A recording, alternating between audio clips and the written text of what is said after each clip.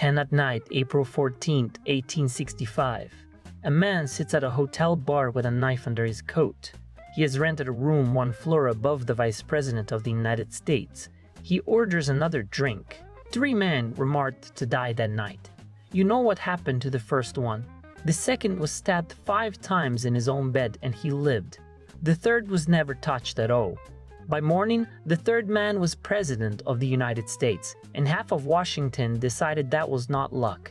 This is a dollar coin, and his face is on it. Stay with me, because the man sent upstairs to kill him never went up, and they hanged him anyway. And I will show you the document that explains it, found in a lawyer's family papers 112 years late. His name was George Atzerodt. He was born in Prussia and came over as a boy. He built carriages in Port Tobacco, Maryland, and he was not good at it. What he was good at was the river. He knew every landing on the lower Potomac, and he owned a boat. Picture a man who is useful for exactly one thing. That is the only reason John Wilkes Booth ever spoke to him. The plan that winter was not murder. The plan was to take Lincoln alive, put him in the carriage, and run him south across the water. Atzerodt was the boat. He never signed up for anything else. April 14th, around 8 in the morning, Atzerodt walks into the Kirkwood House and takes room 126. He signs the register with his own name. Nobody sends an assassin to a hotel under his own name, and yet there it is in ink. Hold that thought. 1 floor below him lives Andrew Johnson, Vice President of the United States. He has been in the job for 6 weeks. At 4 that afternoon, a well-dressed actor walks into the same lobby and leaves a card at the desk. The card says, "Don't wish to disturb you. Are you at home? J. Wilkes Booth." 8 o'clock that evening, Herndon House, a few blocks away. Booth calls the group together and hands out the night. Lewis Powell, who is 21 and built like a door, gets Secretary of State William Seward. David Harold guides him and holds the horses. And Atzerodt gets the Vice President at the hotel where he is already registered, in the room he has already paid for. Now watch. Atzerodt says no. He says he came in on a kidnapping, not a murder. Booth tells him he is in too deep to walk and that he will hang either way. Booth is the only man in that room who turns out to be right. 10:15. Booth walks into the state box at Ford's Theater and shoots the president in the back of the head. At almost the same minute, Powell forces his way into the Seward house on Lafayette Square. He breaks a pistol over the son's skull. Then he stabs the Secretary of State 5 times in his own bed. Seward lives. His jaw was already broken from a carriage accident, and the surgeons had wired and splinted it. The most common version says that metal turned the blade. 2 targets, 2 men who showed up. Now the third. In the hotel bar, 1 floor below the room he paid for, Atzerodt is ordering another drink. Morning of the 15th. A military policeman named John Lee gets a tip and goes to the Kirkwood. He asks for room 126, and they open it for him. Look at what is in that room. The bed has not been slept in. Under the pillow there is a loaded revolver. Between the sheets and the mattress there is a bowie knife. In the coat on the wall is a bank book belonging to John Wilkes Booth. Atzerodt never fired the revolver and never drew the knife, but he left both of them exactly where the prosecution needed them to be. Atzerodt ran north out of the city and hid at his cousin's farm in Germantown, Maryland. Soldiers took him on the 20th of April in his nightclothes without a fight. Then the government made a decision that decided everything after it. The 8 prisoners would not be tried by a jury. They would be tried by 9 Army officers in a sealed room on the 3rd floor of the old Arsenal Penitentiary. A simple majority convicted. 2/3 could hang you. The defendants were not allowed to testify on their own behalf. So the only man who could explain what Atzerodt did that night was legally silent. His lawyer was a colonel named William Doster, and Doster tried something desperate. He argued that his client was a coward, not innocent, a coward. He told 9 Army officers that George Atzerodt was constitutionally incapable of killing anybody, and therefore could not have conspired to. I've never heard another defense built on calling your own client useless. It did not work. July 7, 1865. The day is brutally hot. 4 of them are walking to the yard of the penitentiary and seated on chairs on the scaffold.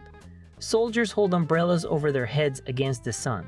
Mary Surratt, Louis Powell, David Harold, Atzerodt, George Atzerodt. Just after 1:30, the traps drop. Powell had cut a man nearly to pieces. Harold had guided him and ridden with Booth for 12 days. Atzerodt had rented a room and gone downstairs for a drink. You are allowed to find that uneven. The rope did not distinguish between them. Now the case turns around, and it turns around on a piece of card the size of your palm. Remember the actor who walked into the Kirkwood lobby at 4 in the afternoon. Booth left that card, and the card was found. Written on it, in his own hand, "Don't wish to disturb you. Are you at home? J. Wilkes Booth." Booth had written a friendly note to the Vice President of the United States, hours before ordering him killed. Nobody could explain it in 1865. Nobody can fully explain it now. And in a country still burying its president, a note like that does not read as a mystery. It reads as a receipt. And there's one more thing about that morning. Andrew Johnson did not take the oath at the Capitol, and he did not take it at the White House.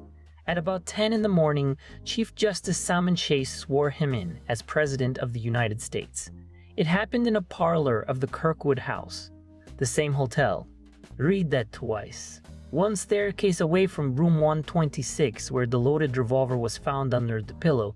Every newspaper in the country had that detail within days, so nobody had to invent a suspicion. The building handed it to them suspicion. The most damaging thing ever said about Andrew Johnson was not said by a politician. It was said by the widow. March 15, 1866. Mary Lincoln writes to her friend Sally Orrin in Philadelphia. She has had 11 months to think about it. Listen to what she writes. "That miserable inebriate Johnson had cognizance of my husband's death." And then this. "I have been deeply impressed with the harrowing thought that he had an understanding with the conspirators, and they knew their man." She asks in the same letter why a card of Booth's was found in Johnson's box. She's not writing for history. She's writing to a friend, in private, and she believes it. You need one fact about Johnson to understand why that stuck. 6 weeks earlier, he had taken the oath as vice president, visibly drunk, in front of the Senate and the diplomatic corps. Historians have put him near the bottom of nearly every ranking since. That is all the politics you're getting from me. When people already believe a man is capable of anything, a card in his box stops being strange. On the 7th of January, 1867, the House of Representatives voted to investigate the President of the United States. The resolution came from a congressman from Ohio named James Ashley. Nobody has ever proved it, but Ashley was convinced that Johnson had helped kill Abraham Lincoln. He said so to anyone who would listen. A week later, Benjamin Lone of Missouri stood on the floor of the House and said it out loud. Read the speech and you can hear him stop just short of the word murder. This is the first impeachment inquiry in American history. It opens as a murder investigation. So what did the committee actually go looking for? 2 things. First, John Wilkes Booth's diary, which was taken off his body and which now had 18 pages cut out of it. Somebody had removed them. The committee wanted to know who and whether the president had a reason to want them gone. Second, a witness named Lafayette Baker, who ran the government's detective bureau. On the 6th of February 1867, Baker testified that he had once held a letter from Johnson to Jefferson Davis. He was asked to produce it. He could not produce it, then or ever. Here is where it gets good. The best evidence that Confederate leaders ordered the assassination came from one man. The story goes that he was a New York lawyer named Sanford Conover, undercover in Canada. He testified in 1865 that he watched Booth plan the killing in Montreal with Confederate agents. It was the centerpiece of the government's case. Sanford Conover did not exist. The man's name was Charles Dunham. He was a professional witness. He wrote testimony the way other men write invoices, and when he needed corroboration, he hired it. In 1866, one of his witnesses cracked. A man named James Merritt admitted to a congressional committee that his testimony had been bought and that Dunham had bought it. So had another. In November 1866, Charles Dunham was indicted for perjury, convicted and sentenced to 10 years. And here is the part I want you to hold on to. While he was fighting the sentence, Dunham was selling a new product. He was offering to produce witnesses who would swear that Andrew Johnson was in on the assassination. The case against the president was being written by a convicted perjurer for money. Now the documents. At the conspiracy trial, a witness took the stand who has been almost completely forgotten. His name was William Browning, and he was Andrew Johnson's private secretary. He boarded at the Kirkwood too. He testified that he came back to the hotel between 4 and 5 that afternoon. He went up to the office and found the card in his box. His box, not the vice president's. Browning's box was 67, Johnson's was 68. They were next to each other on the wall, and Browning testified that he knew Booth. They had met in Nashville during the war. The second document took 112 years to arrive. On the 1st of May, 1865, a Baltimore provost marshal named James McPhail sat with Atzerodt for about 2 hours. He wrote down everything the prisoner said. That statement was never used at the trial. It vanished. Now watch where it turns up. In 1977, a researcher named John Chukonas tracked it down. It was sitting in the family papers of William Doster, the lawyer who had called his own client a coward. In it, Atzerodt describes the meeting at the Herndon house. His words, "I said I did not come for that, and was not willing to murder a person." And what happened to Charles Dunham? He served about 2 years in Albany. Then he was pardoned.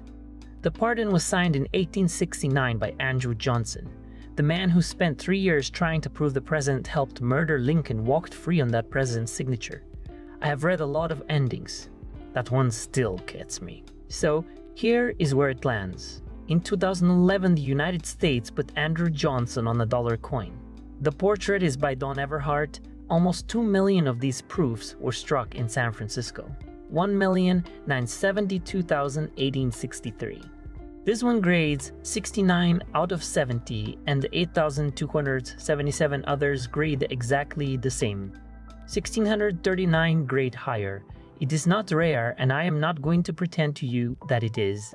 That same year, on the 13th of December, the government stopped making these coins for circulation.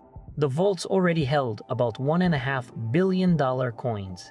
21 years of supply that nobody wanted. So that is what the third target got. A face on a coin the country refused to carry, and a question nobody ever closed. No document has ever placed Andrew Johnson inside that plot, and the man sent up those stairs never climbed them. 84 days later, they hang him anyway. So that is the third target. The one man marked to die who did not, and who got asked about it for the rest of his life. If you want the same machine running on stolen paintings instead of a hotel room, watch the one I made about the Gardner Museum. 35 years, $500 million, and the FBI will tell you the names and cannot prove a single one. Same shape, different crime. Sometimes the honest ending is that everybody knows and nobody can show it. Subscribe because there is more of this on my desk.